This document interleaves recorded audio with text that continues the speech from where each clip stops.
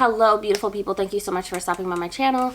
Today we are doing my September monthly TBR. So I didn't think that I had a lot of books on this month for this month's TBR, but now that I have everything here, it definitely is a lot. So let's go ahead and just get to it. I'm not gonna read the synopsis for some of these because again it's a lot. It's a lot. A lot of these I'm sure that you guys already know, to be honest and frank. So, well, first before I get started, I want to just say this month I will be focusing on Hispanic Heritage Month. For me, it is extremely important that I am reading, that I am representing authors and promoting authors who are BIPOC. And so not only as a teacher, as an educator who all of my kids are Hispanic, it is important that they see me not only reading, but reading authors that look like them, promoting authors that look like them, having authors that look like them in my classroom. And so just like I did for AAPI, Black History Month, or anything else, for me, the representation matters for people who are BIPOC in putting those books out there. So this is not something that I'm just like, I read BIPOC authors every single month. I prioritize BIPOC authors. Most of my books are BIPOC authors on these shelves of mine. So this is not a trend that I'm trying to like just put out there. It's not performative. Literally, these are books that, one, I feel comfortable having in my classroom, but I just want, for me, it is all about the representation. It is about buying, supporting that author, and showing awareness to that author. So Hispanic Heritage Month is here. We are in full preparation of Hispanic Heritage Month in my department. I work in ESL. I am an ESL teacher. Again, all of my kids, 95% of my kids are Hispanic. And so these are for my family. These are books that I want, and I want to read. I've been eager to read, and some of these authors, I'm sure you'll know some of these authors. Maybe you haven't seen before, especially the middle grade, but nonetheless, the big priority of mine this month is Hispanic Heritage Month, which starts September 15th and goes until October. So let's go ahead and get started. The first one is Cemetery Boys by Aiden Thomas. So it looks like that not only does his family have a problem with his gender, but he is trying to find someone who has killed the ghost who had murdered his cousin Miguel and set it free. So, however, the ghost he summons is actually Julian Diaz, the school's resident bad boy, and Julian is not about to go quickly into death. Okay. Either way, I'm here for it. I cannot wait to read this. I love that the author is a part of the LGBTQ plus community, which I had no idea. I'm excited.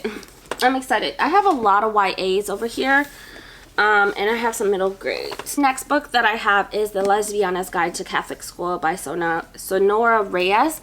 I picked this book up about 2 months ago, and it says 16-year-old Yamiette. 16-year-old Yamiette Flores prefers to be known for her killer eyeliner, not for being one of the only Mexican kids at her new, mostly white, very rich Catholic school. But at least no one else knows she's gay. And so it sounds like for this one, she is hiding her identity, hiding her sexual preference. I was browsing in Barnes & Nobles and just so happened to see this. The author is a queer second-generation immigrant who attended Catholic school. What? 2 for the win. 2 for the win because I'm here for it. I am here for it. Okay, so the next one I have is Ballard and Dagger, an Outlaw Saints novel by Daniel Jose Older. And I know he's written so many other books. He won the International Latino Book Award and has been nominated for Kirkus Prize. I don't know much about this, but the evil sank their island and has finally caught up with them. And on the night of the celebration, Mateo's life changed forever when he witnessed a brutal murder committed by a person he thought he knew. Oh my goodness. But I cannot wait to read this. This book has been on my TBR for a while, and I just knew I had to read it for Hispanic Heritage Month, because I'm just here for it. This author, I wish he had a photo in here, but he doesn't. But the cover is stunning, and I am so excited to learn about this magic system. Okay, I'm just going through middle grade in no particular order. So the next one we have is The Witchlings by Clara A. Ortega. I know Brandy read this already. It says, bound with our magic before the black moon, bound with a circle for no circle spells doom. Oh. Can 3 witchlings do the impossible? Every year in the magical town of Ravenskull, a young witchling participate in the black moon ceremony, are placed into covens and come into their power as full-fledged witches. Placed into covens, and like, do they die and they come back with magic? I'm intrigued. I'm intrigued.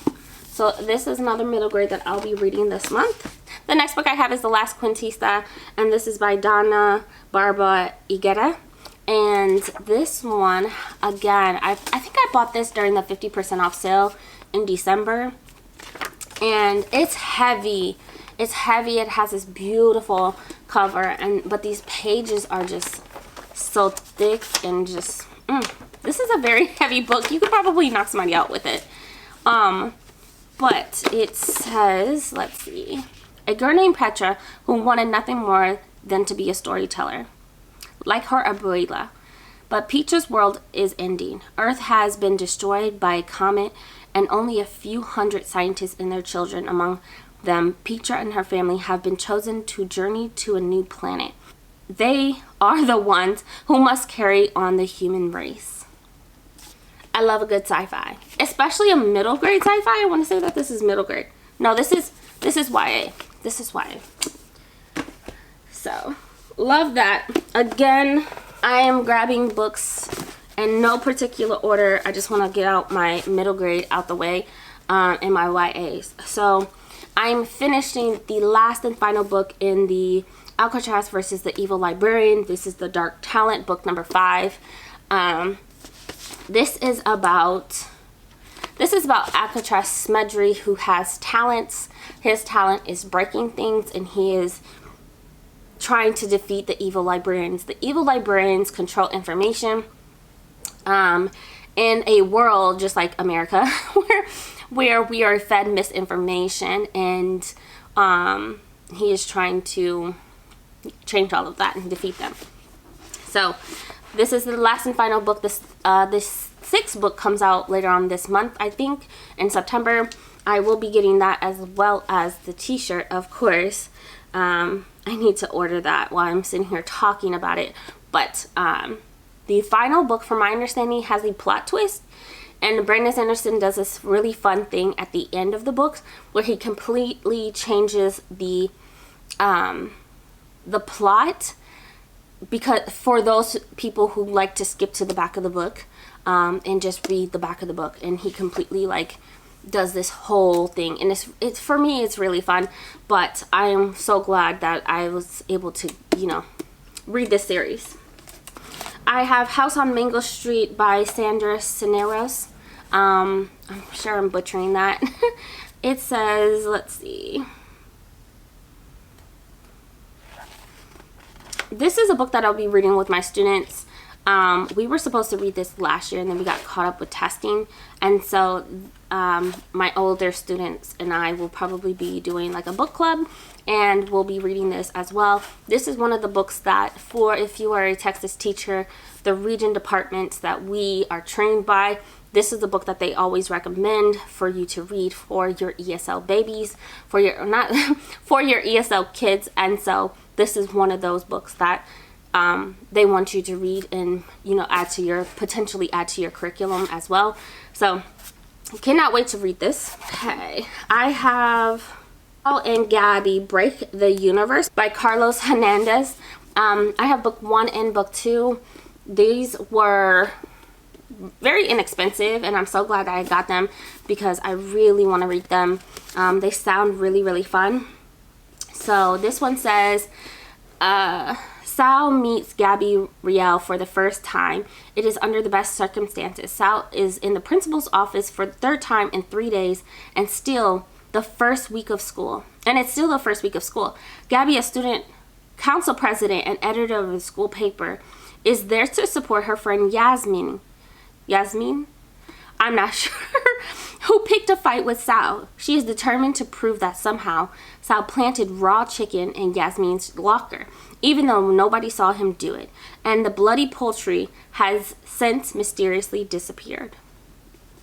Definitely giving extremely middle grade vibes, but I am here for fun. Middle grade books for me are like a good palate cleanser, and I'm going to be doing some epic thrillers, horrors, and fantasies the next couple of months. So I'm so glad that I'm including a lot of these fun books into my TBR.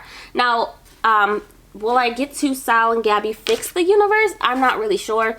I'm just gonna try to get through this one, and then if I have time and I'm not binging and cramming in books, then I will read both of these books. The next book I have is of Women in Salt by Gabriela Garcia. This book, to be honest, I've already read it. I'm not gonna cry. I'm not gonna cry. But a lot of what my families deal with, and a lot of even my students deal with, as far as colorism, deportation, you just family dynamics of not understanding, the withholding of information because it's best for kids, best for young adults. It was heartbreaking. It was heartbreaking. So this is an automatic 5-star for me. I relate to a lot of this in this book. My students and their family, I know they can relate to that as well. All right, so the next book is Velvet Was the Night by Sylvia Morena Garcia. I DNF'd this book. I started reading it 2 days ago. I'm late on my TBR. I know. I DNF'd this book 2 days ago, and then I found the audio and just kind of pushed through it. I don't care. I gave it 2 stars. Sylvia Morena Garcia, I want to love every single book that she published, but I don't, and that's okay. That's okay. It's a hit or miss. I'm still going to read her books no matter what. For me, I think that she is definitely still an auto-buy because of the fact that she may be a hit or miss.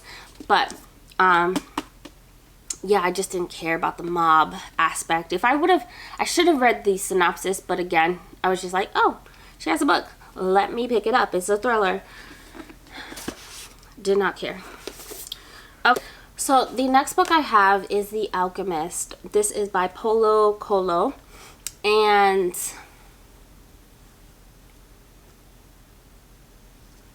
I read this book every year.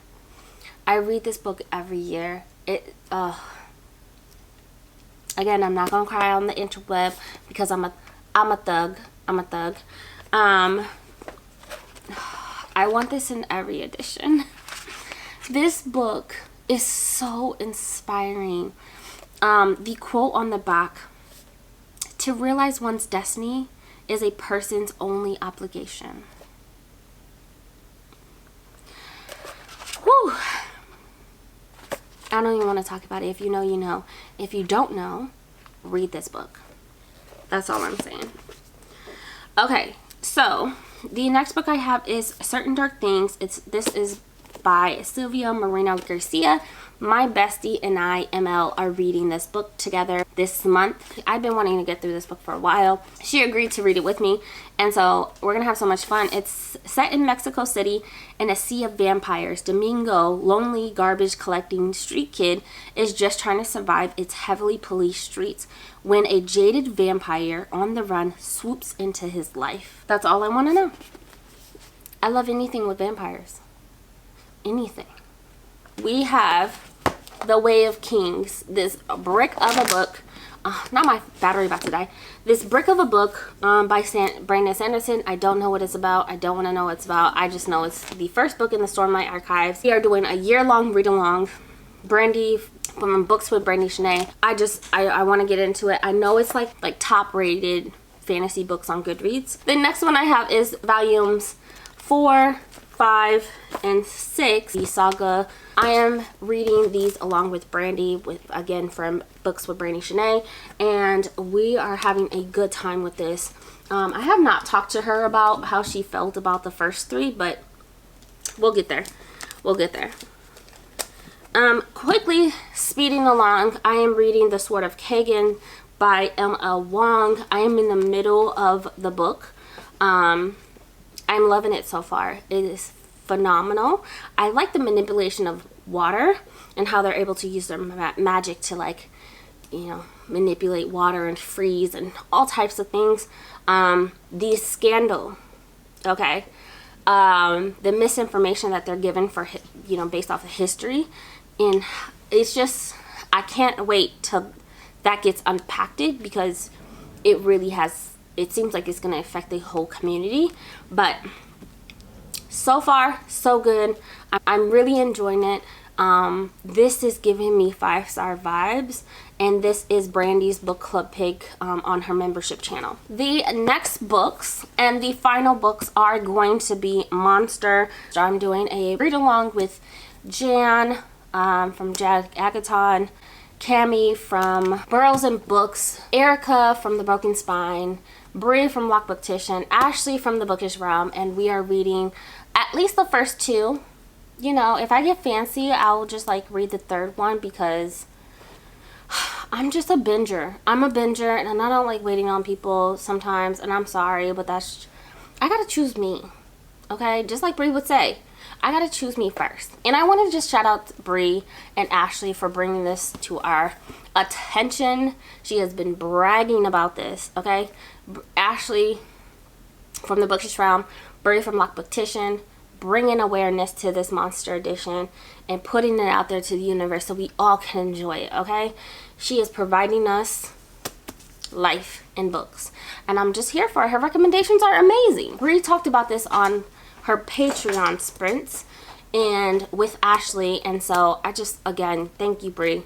I can't wait to read them. These are library picks because their first 1 and 2, volumes 1 and 2 is so hard to find, but I do have, like, actually purchased 3 through 9, so there are 9 editions, and we'll be reading 2 per month. That is it. Thank you again for stopping and watching my video, and I try to fly through this because I have an unboxing to do and whatnot and to record. So again, thanks for sticking around and watching this video, and I'll see you guys in the next one. Bye.